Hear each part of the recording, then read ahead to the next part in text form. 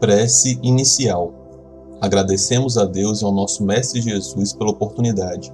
Pedimos para que Deus ilumine a todos os encarnados e desencarnados que irão participar desse estudo do Evangelho. Que os nossos amigos do plano superior possam nos acompanhar e instruir nesse estudo. Que a vibração do nosso Mestre Jesus possa ser sentida por todos que estão agora participando. Que assim seja. Trecho do Evangelho segundo o Espiritismo, capítulo 13, que a mão esquerda não saiba o que faz a direita. Instruções dos Espíritos. A piedade. Michel, Bordeaux, 1862. A piedade é a virtude que mais vos aproxima dos anjos. É a irmã da caridade que vos conduz para Deus. Deixai vosso coração enternecer-se diante das misérias e dos sofrimentos dos vossos semelhantes. Vossas lágrimas são um bálsamo que derramais nas suas feridas. E quando, tocados por uma doce simpatia, consegues restituir-lhes a esperança e a resignação que ventura experimentais. É verdade que essa ventura tem um certo amargor, porque surge ao lado da desgraça. Mas se não apresenta o forte sabor dos gozos mundanos, também não traz as pungentes decepções do vazio deixado por estes. Pelo contrário, tem uma penetrante suavidade que encanta a alma. A piedade, quando profundamente sentida, é amor. O amor é devotamento, é o ouvido de si mesmo. E esse ouvido, essa abnegação pelos infelizes, é a virtude por excelência, aquela mesma que o divino Messias praticou em toda a sua vida e ensinou na sua doutrina tão santa e sublime. Quando essa doutrina for devolvida à sua pureza primitiva, quando for admitida por todos os povos, ela tornará a terra feliz, fazendo reinar na sua face a concórdia, a paz e o amor. O sentimento mais apropriado a vos fazer progredir, domando o vosso egoísmo e o vosso orgulho, aquele que dispõe em vossa alma à humildade, à beneficência e ao amor do próximo, é a piedade. Essa piedade que vos comove até as fibras mais íntimas diante do sofrimento de vossos irmãos, que vos leva a estender-lhes a mão caridosa e vos arranca lágrimas de simpatia. Jamais sufoqueis, portanto, em vossos corações essa emoção celeste, nem façais como esses endurecidos egoístas que fogem dos aflitos, para que a visão de suas misérias não lhes perturbe por um instante a feliz existência. Temei ficar indiferente quando puderdes ser úteis. A tranquilidade conseguida ao preço de uma indiferença culposa é a tranquilidade do mar morto, que oculta na profundeza de suas águas a lama fétida e a corrupção. Quanto a piedade está longe, entretanto, de produzir a perturbação e o aborrecimento que se arreceia o egoísta. Não há dúvida que a alma experimenta, ao contato da desgraça alheia, confrangendo-se, um estremecimento natural e profundo, que faz vibrar todo o vosso ser e vos afeta penosamente. Mas a compensação é grande quando consegues devolver a coragem e a esperança a um irmão infeliz, que se comove ao aperto da mão amiga, e cujo olhar, ao mesmo tempo umedecido de emoção e recolhimento, se volta com doçura para vós, antes de se elevar ao céu, agradecendo por lhe haver enviado um consolador, um amparo. A piedade é a melancólica, mais celeste precursora da caridade, esta primeira entre as virtudes, de que ela é irmã e cujos benefícios prepara e enobrece. Comentários por Eduardo Sabag, retirado dos seus grupos de Evangelho no Lar. Olá pessoal, tudo bem? Vamos ao Evangelho de hoje, a piedade. O que quer dizer piedade, né? Se a gente procurar no dicionário, entre algumas coisas, a principal é que a pessoa que tem piedade, ela se preocupa com as outras, ela tem dó das outras, ela se comove com a situação de outra pessoa. Então, obviamente, não tem como uma pessoa ser caridosa, né? Não tem como uma pessoa ser do bem se ela não tiver a característica da piedade. Porque uma pessoa caridosa, uma pessoa que é do bem, quando vê um irmão, e quando eu falo irmão, eu estou falando qualquer ser humano, né? A gente não pode cometer o erro de classificar o irmão só, por exemplo, os espíritas ou só a outra religião. Quando nós fazemos isso, a gente está utilizando de maneira bem errada a palavra irmão, porque todos nós somos filhos de Deus. Então, quando nós vemos uma pessoa passando necessidade ou em situação ruim, ou seja lá, se drogando ou se colocando em posição ruim, e nós temos piedade, nós temos dó dessa pessoa, esta é uma virtude, vamos dizer, muito aliada da caridade, certo? Elas se parecem muito, elas caminham juntos, né? Vamos dizer que a piedade é a filha da caridade, pois a caridade, ela engloba todas as coisas boas, todas as virtudes. Então, logo, a piedade é uma excelente virtude. E não tem como nós sermos felizes com pessoas sofrendo. Você concorda comigo? É complicado. A gente até pode, provisoriamente, não pensar nisso. E aí a gente consegue, sim, viver feliz. Mas se você começar a ver vídeos sobre a África, vídeos sobre lugares ruins em que os seres humanos estão morrendo, sobre a Síria, sobre as guerras, você vai ficar triste, claro, né? Porque nós, seres humanos, né, principalmente esses que já encontraram o caminho da verdade, que é o caminho da caridade, vamos com certeza se entristecer com essa situação.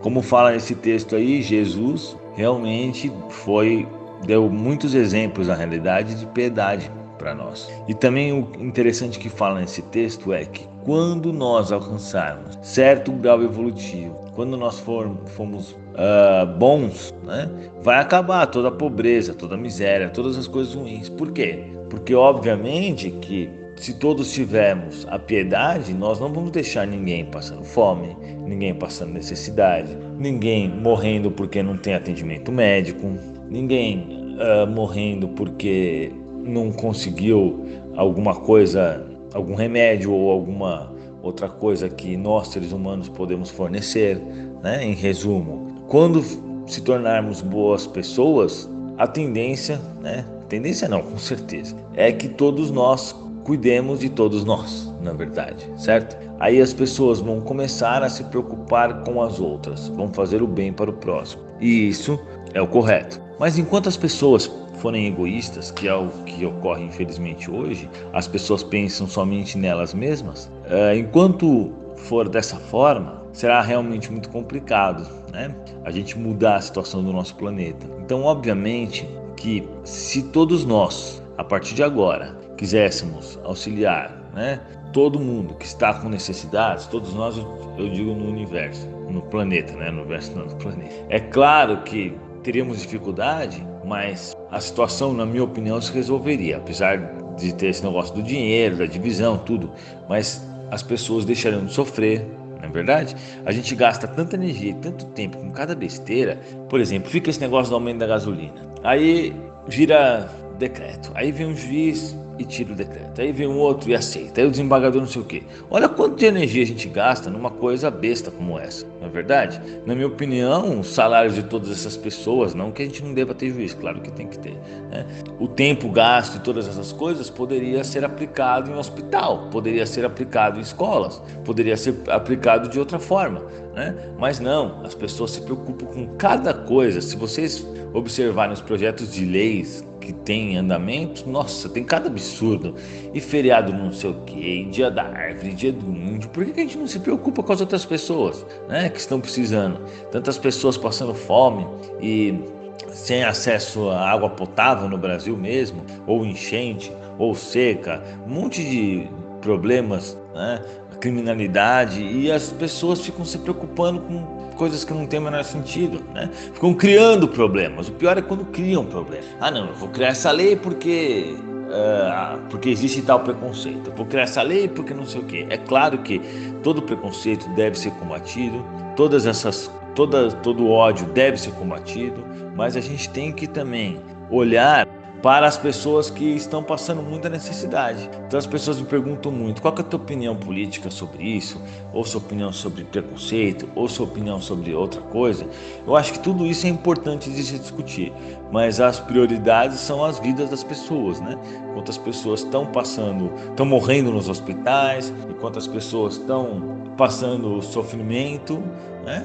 Eu acho que não tem nada que a gente possa discutir antes disso. A primeira coisa que a gente tem que discutir é isso. Depois, tudo bem, tem muitas coisas importantes a serem discutidas, certo? A gastar energia, gastar recursos, né? Gastar o tempo, com certeza. O preconceito, na minha opinião, é uma das mais importantes. Mas a primeira coisa é essa: é a falta de atendimento médico, a falta pessoas que morrem de fome, pessoas que passam grandes dificuldades, né? A falta de escolaridade, a violência, essas com certeza são sem dúvida as mais importantes que a gente deve olhar antes, né? Então isso eu acho que engloba muito essa questão de piedade. As pessoas preferem ficar discutindo se vai ter o dia da árvore ou não, se vai ter o feriado não sei o que ou não, se vai ter o aumento da gasolina. É claro que isso tem que ser combatido, né? Mas tem que utilizar uma maneira mais fácil. Agora fica um mês inteiro esse papo do aumento da gasolina. É isso que eu estou querendo dizer.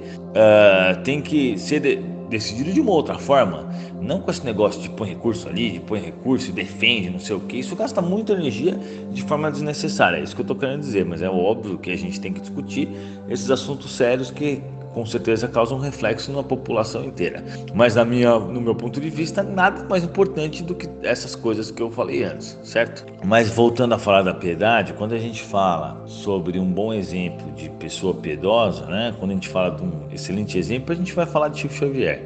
Aí tem gente que fala: meu Deus, Eduardo só fala do Chico Xavier. Eu não tenho culpa que ele é a melhor referência que eu tenho.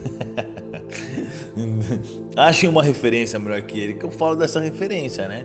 Claro que nós temos Jesus, mas como a gente não conheceu, não tem tantos relatos sobre a vida de Jesus, não dá pra gente utilizar sempre. É óbvio que a gente usa, porque Jesus é o melhor espírito que Deus nos deu, né? O melhor exemplo, segundo o livro dos Espíritos, que Deus nos deu para nos ensinar. Mas falando de Chico Xavier, a gente percebe que Chico Xavier, na vida dele, ele não se preocupou em nada com ele só se preocupou com as outras pessoas. Se vocês pesquisarem, vocês verão que ele deixava de dormir para atender as pessoas, que ele deixava de fazer muitas coisas para atender as pessoas, que todos os recursos que ele recebia, obviamente que ele não queria recurso nenhum, mas os que ele recebia, porque tinha muita gente que ia lá e dava dinheiro para ele pegava o dinheiro na hora e ia lá e dava para os pobres, né? Tanto que ele viveu de uma forma extremamente humilde, numa casa muito humilde, numa cama extremamente humilde, né? E não precisou de nada material para passar a sua vida terrena, demonstrando que realmente as prioridades dele eram a felicidade das outras pessoas, né? E suprir também as necessidades básicas, porque perto da região dele ele tinha muita pobreza, não sei como é hoje, mas naquela época tinha, né? Então a preocupação dele foi essa, inclusive deixar esses livros maravilhosos que nós hoje temos a oportunidade de estudar. Escreveu mais de 450 livros, imaginem só, uma pessoa que escreveu 450 livros, isso é um absurdo. Psicografou mais de 10 mil cartas, ou seja, dedicou toda a sua vida em favor do próximo. Então é por isso que eu uso ele como exemplo, né? A gente, se estudar a vida de Chico Xavier, não vamos encontrar nenhuma derrapada, nenhum erro, nenhuma falha. Chico Xavier realmente, do meu ponto de vista, é um espírito extremamente elevado. Então, quando virarmos Chico Xavier, vamos dizer assim, ou pelo menos evoluirmos mais, não precisa ser tanto assim, nós vamos começar a pensar no próximo, e assim vai acabar todo o problema, toda a dificuldade. Como relata no Evangelho segundo o Espiritismo, conforme nós evoluirmos, realmente as diferenças vão diminuindo, né? E o certo da evolução do ser humano é realmente pensar no próximo e realmente se preocupar com o bem-estar do próximo, né? E uma coisa que é interessante é que as pessoas que são piedosas, as pessoas que fazem o bem, as pessoas que fazem a caridade, são as pessoas mais felizes de todas, são as mais felizes, sem dúvida.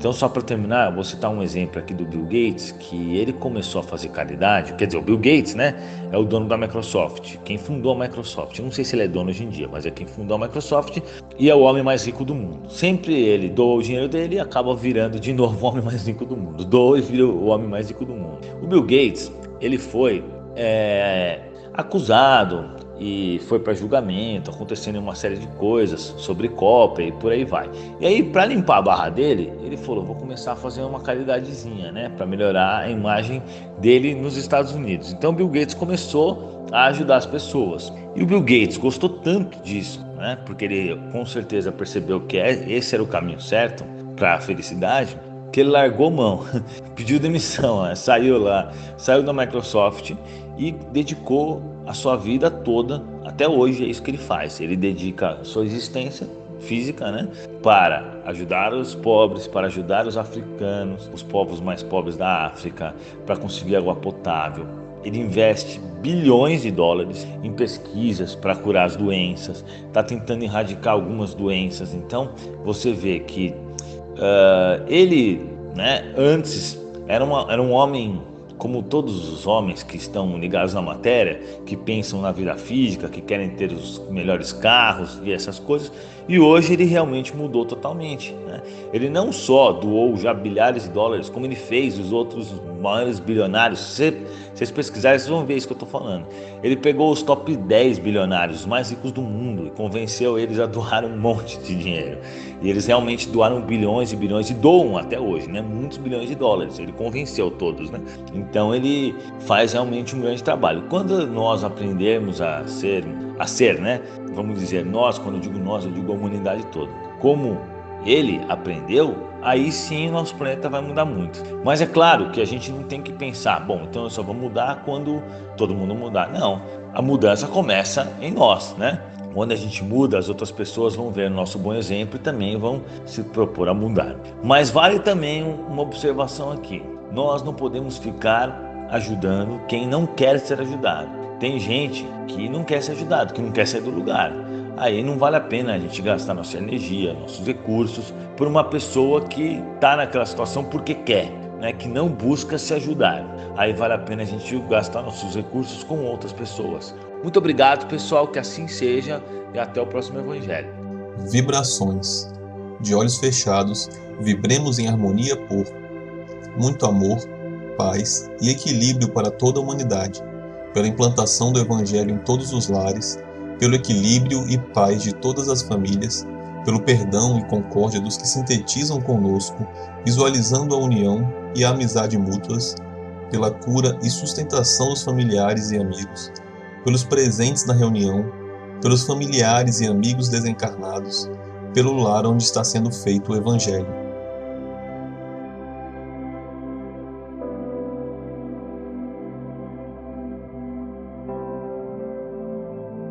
Prece final. Agradecemos a todos que participaram deste Evangelho, principalmente nossos benfeitores espirituais que nos assistiram e guiaram para um bom entendimento. Pedimos que nos ajudem a pôr em prática os ensinamentos do Evangelho aqui aprendidos e que possamos nos sentir fortificados na prática do bem e do amor ao próximo. Desejamos aos nossos irmãos sofredores a ajuda necessária para seu adiantamento e o perdão por qualquer falha que podemos ter cometido com eles. Pedimos para que nos livrem dos maus pensamentos e que nos ajudem a não darmos entrada a nenhum mau espírito que queira nos induzir ao mal. Que Deus, nosso Mestre Jesus, e os bons espíritos possam nos guiar no caminho do bem e nos envolvam em um manto de muita luz e amor. Que assim seja. Curta e compartilhe este vídeo. A maior caridade que podemos fazer pela doutrina espírita é a sua divulgação. Assim daremos a oportunidade para os outros conhecerem também o Espiritismo. Até a próxima, amigos.